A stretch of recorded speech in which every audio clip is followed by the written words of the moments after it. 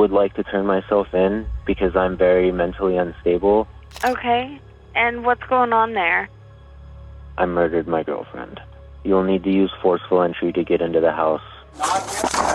Police! Yep, she's dead. She's right here. We got her. And then I just lost control. It was almost like something else, possessed me. I got to spend time with the vessel that was Shannon, and I got to absorb her spirit. She said, "Are you kidding me? What the Chance? Stop. Wait, please stop. I'm dying. I love you. I love you." And then she didn't speak another word. This is 27-year-old Chance Donohoe, who only hours earlier confessed to savagely murdering his ex-girlfriend in her Columbus home. But as investigators soon learn, violence was only part of a far more disturbing story, one fueled by control, betrayal, and delusions of power. So are you, as we speak right now, are you feeling like you're a god right now? I mean, yeah. The following is based on official police records, and the footage has never been seen before. In the early morning hours of August 29, 2023, a chilling call comes into dispatchers at the Powell Police Department, and it's from Chance himself. 911, what's the address of your emergency? And your name? My name is Chance. Okay. And what's going on there? I murdered my girlfriend. You'll need to use forceful entry to get into the house. I plan on taking myself to the police station after this phone call. Do you want Yes. the police to come to you? Can they come to you? I would like to turn myself in because I'm very mentally unstable, and I'm worried that I'm going to commit by cop if the cops come and pick me up. So I need to go into the station for my safety and the police officer's safety. Well, do you want to go ahead and get in your car and go ahead and drive to the police department, and I'll stay on the line? Yeah. Chance is confessing to murdering his 29-year-old ex-girlfriend, Shannon Hyatt. As he continues speaking with Powell Dispatch, the call is relayed to Columbus authorities, who quickly send officers to the address he provided. Caller is in Powell on the phone with dispatcher now. What? He's going to do it. A cop in Powell. Why are we going to Berkeley? With Columbus officers now en route to Shannon's home, Powell Dispatch continues speaking with Chance, hoping to gather more details. Do you have any weapons on you, Chance? I have the murder weapon with me. Are you able to leave that in your apartment? I want you to leave that in your apartment, okay? I don't want you to take any weapons with you. Okay. What is the murder weapon? It's a knife. Is there any way that I could put it somewhere where there's a child in the home and I don't want him to see it? There's a child in your apartment? Yeah, I live with my mother, and she's standing right next to me, holding me accountable for making this phone call. And I just don't want my little brother to see it. He's only 7 years old. Okay, can we put the knife on top of the refrigerator? Yeah, that's fine. Okay, I want you to put it on there, not your mother. I don't want your mother to touch it. Okay. I'm going to put the knife on top of the fridge. Don't touch it at all. Okay? I'm going to give my mother one last hug before this all starts. Okay. All right, go ahead and do that. I'm going to go to prison now. As police close in on his location, dispatch continues asking Chance questions, attempting to keep Chance stationary until units arrive. But the clock is ticking, and it's only a matter of time before he catches on. Are you in your car? Yes, I just turned on my car. Give me a second. Stay I there, can't really move my hand very well. You're fine. Stay there for right now. I just want you to take a couple deep breaths, all right? Okay. How's your finger doing? Can't really move it. How deep did it go? I'm pretty sure it sliced the ligament. It did? Yeah. Okay. Do you want me to send a medic to you first? No. I'll receive all my treatment at the jail, please, and thank you. Yeah, not a problem. Where are you at in the lot, just parked right in front of your apartment? I'm going to be completely honest with you. I need to bring myself to you, and I don't want to be tricked into being picked up. And so I'm going to refuse to answer that, but I'm in my car. The car has started, and I will not disconnect this call until I reach the jail cell and you have spoken with an officer. Okay. Verifying that. I am not safe. Okay. I am not a safe person right now, and the safest thing is for me to turn myself in at a jail. Okay. Not be picked up. Because if guns get drawn on me, I don't know what I'm going to do.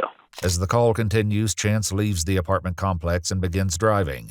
But Powell officers have found him, and they're closing in fast. I left the apartment complex, but I need to pull over real quick and put the address in. You left? Yeah. Okay. Where are you at? There's a cop right behind me, and I know that I'm being followed and everything. If you have this officer on dispatch, I need you to tell him to just follow me to the police station. Can you just pull over and let him put you in the back so he can take you to the police station? It'd make it so much easier, Chance. How? It would just make it be done right now. Okay. Okay? Can you just pull over right now? Yeah. Thanks to dispatch stalling Chance's departure, officers were able to intercept Chance less than half a mile away from the address he left from. He turns at an intersection and pulls over into the Sheetz gas station, where the police make contact for the first time. Can you make commands? Because you probably can't hear me on this side. Can you put both hands out the window for me? I got both hands. Well, his hands are back in. Put your hands out. Yeah. Keep them out. Hands out. Keep your hands out. Take one of your hands and open your car door. Open the door from the outside. Face away. Face away. Keep your hands above your head. Slowly start walking backwards. Walk back towards me. Back towards the sound of my voice. Keep walking back. With Chance fully cooperating, officers place him in handcuffs, then shift focus to the vehicle, unsure of what else might be inside. This side, doors open. Clear. He's got gloves. Yep. Blood on it looks like. You got anything on you, bud? Nope. I got nothing. Nothing. I've got $25 in my pocket. Okay. It's secured. There's gloves. Look like blood on it. Are you injured at all, Chance, besides your finger? Just a little scratch on this other hand, but your other hand? Your laceration on this pinky. When did that happen? During the attack. Okay. And you put that bandage on yourself? Yeah, it's just a napkin and some medical tape.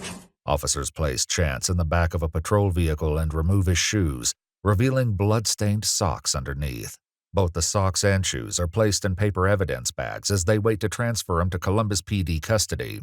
Meanwhile, outside Shannon's home, Columbus officers prepare to make entry, unaware of the horror waiting on the other side of the door.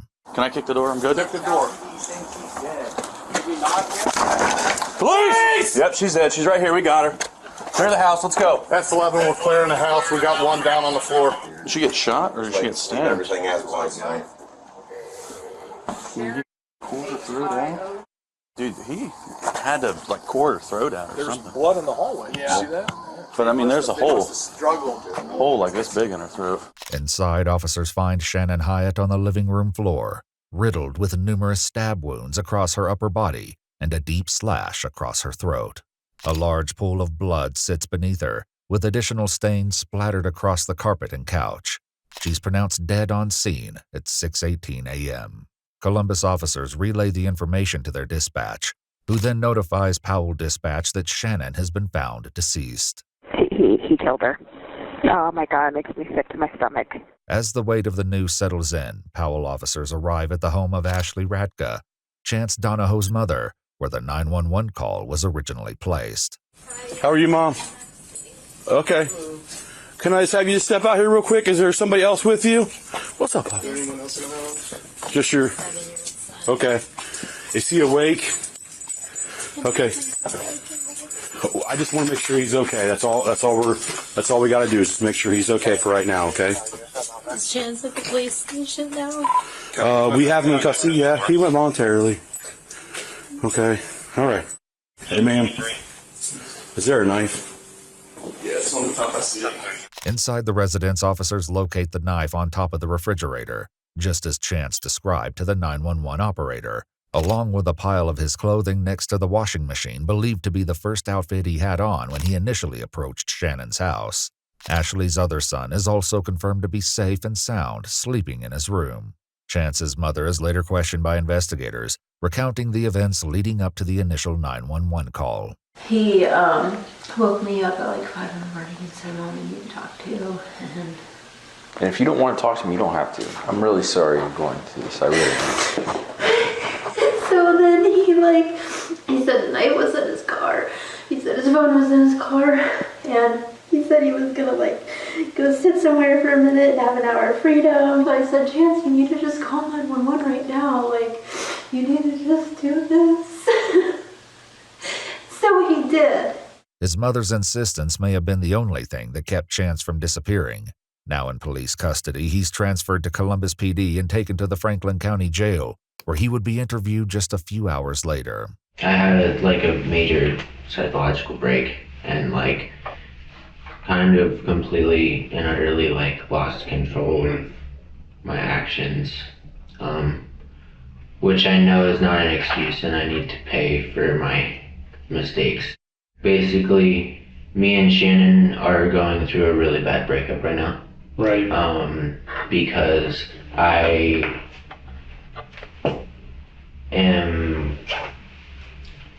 unable to be honest and unable to not steal and unable to not take advantage of people that are around me. And I took advantage of her a lot. She's been just making all these Facebook posts about our breakup. And I've read some of them. She's also come after my mom and stuff. And it's kind of one of those things where it's it's one thing to drag my name through the mud. You can take all my friends. It hurts. But I just kind of lost it whenever. That would be frustrating and hurtful, right? Saying things like me and my mother's relationship is extremely inappropriate, implying that we want to have sex with each other, and it's disgusting. Are you serious right now? Did that piss you off? Are you kidding me? Yeah, what you have the audacity to start publicly saying that the reason I date older women is because I have an Oedipus complex. You're only 3 years older than me. Chance's perspective lines up closely with what his mother also tells investigators. Obviously, there's not a reason to ever murder someone, but this girl has been messing with him pretty significantly since they've split up, and they've only been split up for a week, but she was a problem. And I anticipated it getting worse before it got better with her, stalking him, and she no longer had control of him. And I think that was making her crazy because she had a lot of control of him before. We were unable to locate the specific statements both Chance and his mother claim Shannon posted online. However, we were able to locate one post made just 5 days before her death, shared in a Columbus-based Facebook group called Are We Dating the Same Guy?, where Shannon publicly warned others about Chance, stating that he stole my prescription medication and money out of my bank accounts, and also claimed that the money was used on powdered drugs. Back in the interrogation room, Chance begins responding to the claims made about him. Did you feel betrayed? In that moment, I felt betrayed the whole breakup. Sure. She's been just telling everybody everything, which I'm not gonna lie, I would do the same thing if somebody did that I did to her. But she told me that she wasn't gonna tell anybody about the theft and stuff because I paid her back the money that I took. And the only reason I took the money is because she took my debit cards because she didn't trust me with finances. And I'm not trying to sit here and say all of my actions have a rational and logical explanation, because I don't want to be this way. I don't want to lie, but I don't know how to stop. I don't want to steal, but I don't know how to stop. Shannon thought that the stealing had everything to do with the addiction to ketamine, when in reality, I go through bouts of unemployment because of the nature of my work. Mm-hmm. And so I run out of money. And then Shannon gets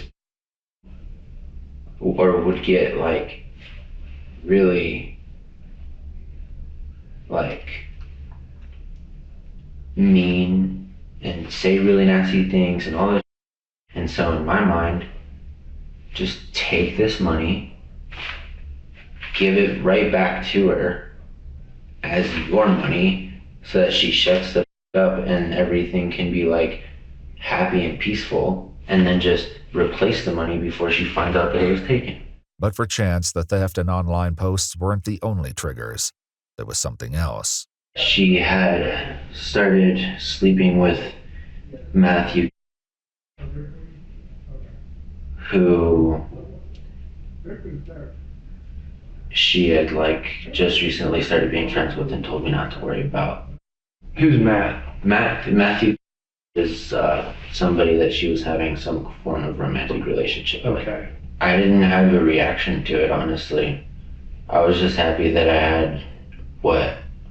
I'm just happy, like I'm still happy. Like, I don't know, I'm not like happy about it. It's up and it's a horrible thing, but at the end of the day, like, I don't know. But jealousy and heartbreak were only part of the equation. As Chance opens up, he reveals a fractured state of mind that had already begun to crack. I have undiagnosed schizophrenia. Okay. I have auditory and visual hallucinations. I went to a music festival this past weekend and kept like seeing Shannon everywhere, and I thought that she was like following me around to like. Weren't you there with her at Legend Valley? No, not at Legend Valley. Okay. Just this past weekend at Wonder Bus. Downtown. I was there and I was working the festival, and she has known about every single move that I've made since we've broken up. Like where I'm at, what I'm doing, who I'm hanging out with, everything. And so like I was getting really paranoid and frustrated because I thought that she was kind of like stalking me. I went directly to my mom's because I just wanted to tell my mom face to face. And I woke my mother up and I said I killed Shannon. How did your mom take it? Like, shook, shaken. And then she kept just saying things like, you had your whole life. Anything that Shannon could have done to you, we could have worked through. Like, this was not worth it. Some dumb girl was not worth this. As Chance speaks of hallucinations and paranoia, his mother tells investigators she'd seen this unraveling begin long before the murder. He didn't have any medication for the last couple of weeks. He was diagnosed bipolar disease for one thing. And you said he hasn't had his medication? No, he was on Abilify, he was on Wellbutrin, and he hadn't had it for the last couple of weeks. I can't tell you why he did what he did. Maybe he told you. He told me it was like hearing voices and all kinds of stuff like that. And I told him, like, just love him so much. I love my son so much. And I just can't believe this is happening. I'm really sorry. I feel so bad for her family too, and even though she was like doing whatever she could to mess with him so much, like she didn't deserve that. Sometimes you can't control your kids, you know. I mean, he's an adult and he made decisions, and that's not on you, that's on him, you know. At some point, you gotta let them be adults. I have, and I've done that. I've played that card. I've done every single thing. I've tried to do it all. He's been in and out of counseling since he was like 4 or 5 years old. What his mother could only fear, Chance now begins to admit in chilling detail. I was just kind of driving around because I just didn't really know what to do. When was this? This was at about like 11 o'clock. Last night? Yeah. Okay. I was just driving around between like 11 and like midnight. Okay. And just kind of like trolling around. This is confirmed by Shannon's front porch camera as it captures Chance's car driving past around 11:11 p.m. And I thought to myself I should check myself into a mental hospital because I'm not really all that safe. I actually just like drove by her house before I like went back to my mom's house and changed into clothing. And I saw a van, and then I saw a person that looked like Matthew leave, and I just kind of didn't think of anything about it because I don't know what kind of vehicle he drove. So then you drive? I just drove by because at first, like, all I wanted to do was just like knock and talk, but like, I don't know. I know like this doesn't make any logical sense because knocking and getting the police called on you and getting a trespassing charge is far less severe than getting a murder charge. But sure. I got to spend time with the vessel that was Shannon, and I got to absorb her spirit and get some of her back. We have some video, like from the neighbors, like cameras or video systems, and it looks like you had walked up to the house maybe with like a t-shirt on initially. Yep. Does that ring a bell? Yeah. Around 11:57 p.m., a neighbor living next door to Shannon's home catches a glimpse of Chance walking through her yard and across the driveway, unknowingly capturing a critical moment just before the murder takes place. That was the time that I like drove past and was like, saw the van, was trying to like work up the nerve to like go up to the door, but like didn't really know what to do. So I guess I don't know why, but I was just like, why don't you just like kind of just like see if she's even like here. And so I peered into the garage window to see if her car was there, and then I tried to see if I could see what room she was in without her seeing me on her cameras and stuff. And then I didn't see anything, and then whenever I left, I was like, you need to just go home, and you need to just give your mom your car keys, and you need to check yourself into a psych ward. So when you walked up to the house 11, whenever, you hadn't planned on hurting her at that point? No, not at all. Had you seen Matt yet, or? I saw Matt whenever I was actually just about to come around the corner to try to like knock on the door. Okay. Did he see you? No, he had his back to me and he was coming out of the door, and then I got spooked and ran off. I had like this weird thing that was just like, well, if you want Shannon back and you can't get her back, you can like take her life force and then you'll be together forever. And so like I went home and I changed my clothes into all black, and I grabbed a knife and I went over to her house and I approached the door, which I'm sure you'll see on her doorbell camera, Ring camera, at some point throughout your investigation. I twisted the doorknob. She screamed, "I will call the cops." And I slammed my shoulder into the door 2 times. After the first time she said, "Are you kidding me?" Because I think that she thought I was just being obnoxious and pounding on the door or something. Or honestly, I don't even know if she knew it was me until I got into the house, because I had a bandage on my face whenever I was outside. And then the second shove gave way and I didn't make a noise. I didn't say anything. I didn't do anything. I just started stabbing Shannon, and she didn't even realize what was happening until I had stabbed her a couple times. And she said, "Are you kidding me? What the Chance? Stop. Wait, please stop. I'm dying. I love you, I love you." And then she didn't speak another word. I don't know how many times I stabbed her. I know it's a lot. I also know that I cut her throat to speed up the process. And I just remember looking at her and feeling like I was like taking on like her spirit, I guess. And like, I don't know, I felt less alone than I'd felt since our breakup in that moment. Shannon Hyatt suffered more than 30 stab wounds across her upper body, along with a deep slash to her throat. She had multiple defensive injuries, evidence that she fought to survive. But the horror didn't end there. For nearly 3 hours after her death, Chance remained inside the home, doing things so unsettling, even investigators struggled to make sense of it. Well, I took her house keys and her phone after I killed her. Okay. I don't really know why. I don't have her password or anything, and she has like the thumbprint, so you can't like get into it. But like, I took the keys. I screwed a piece of plywood to the front doors to keep it closed. Why did you shut the front door like that? To be completely honest with you, so our cats didn't get out. Yeah, that's good.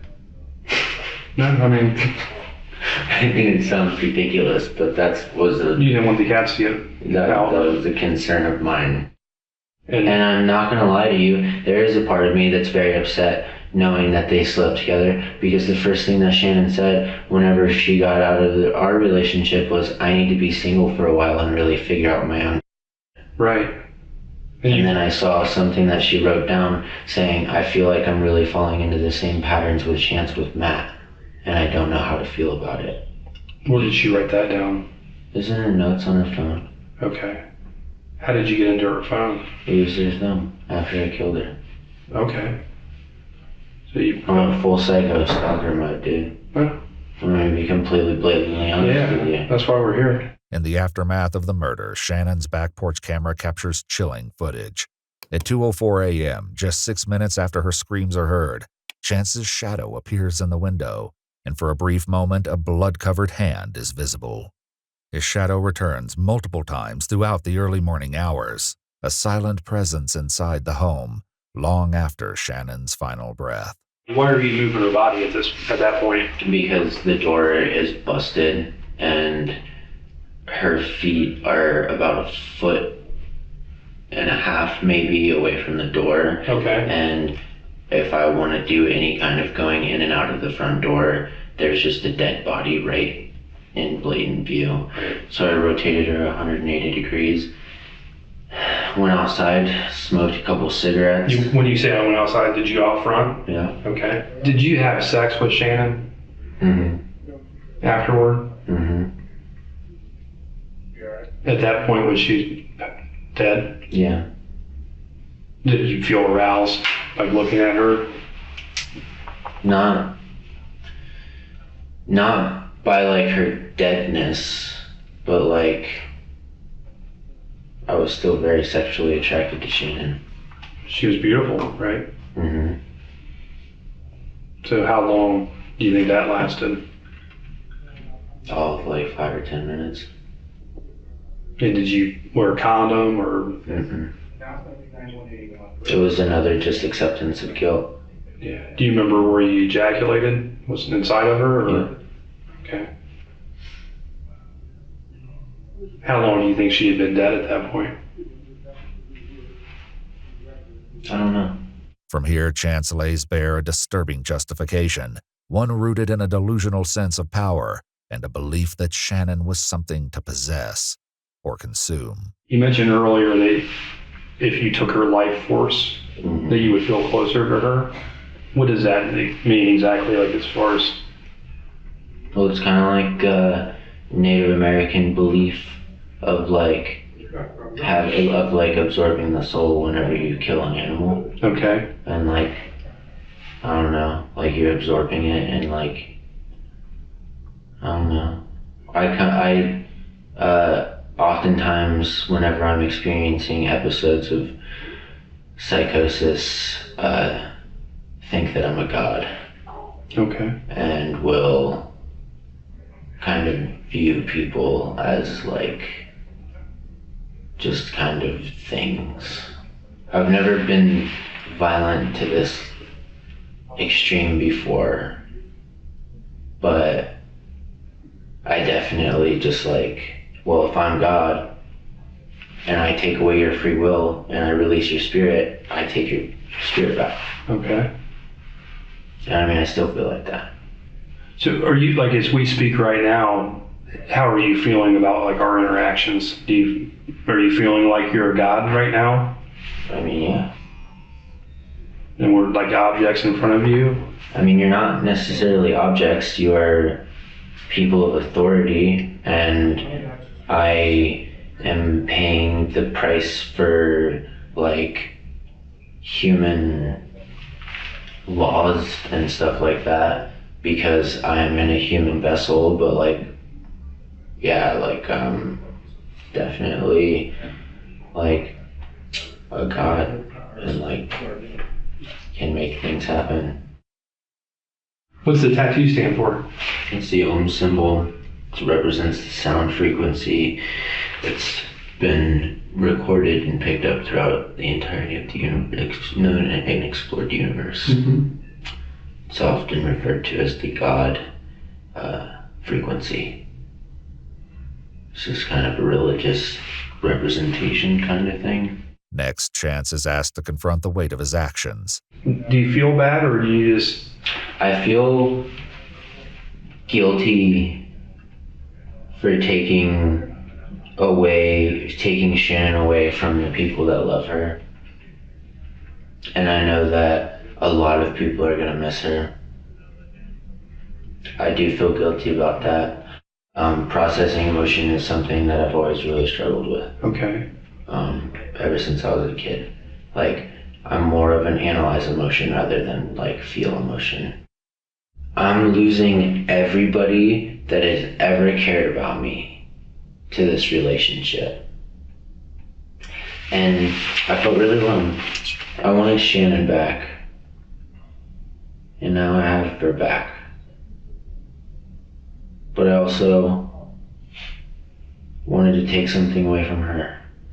But I had absolutely nothing to take away.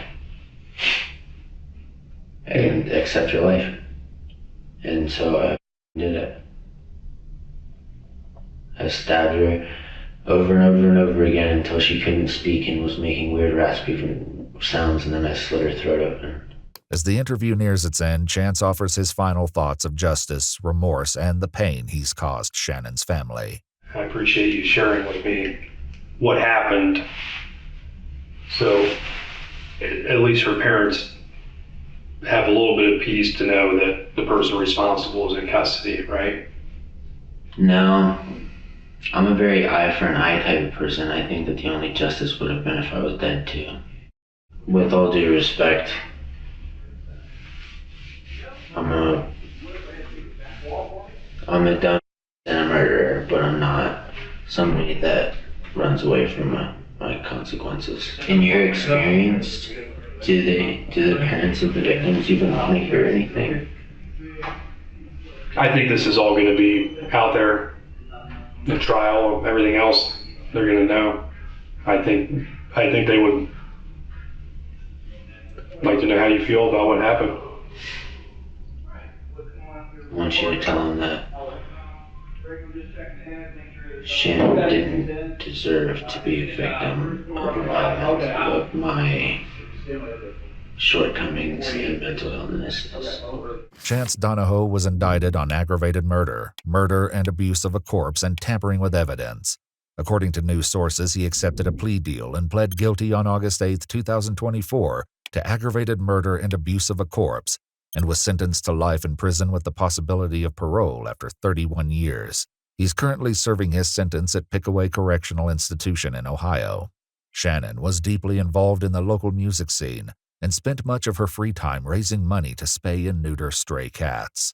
A memorial concert was held in her honor, with proceeds going to support her family during their time of loss.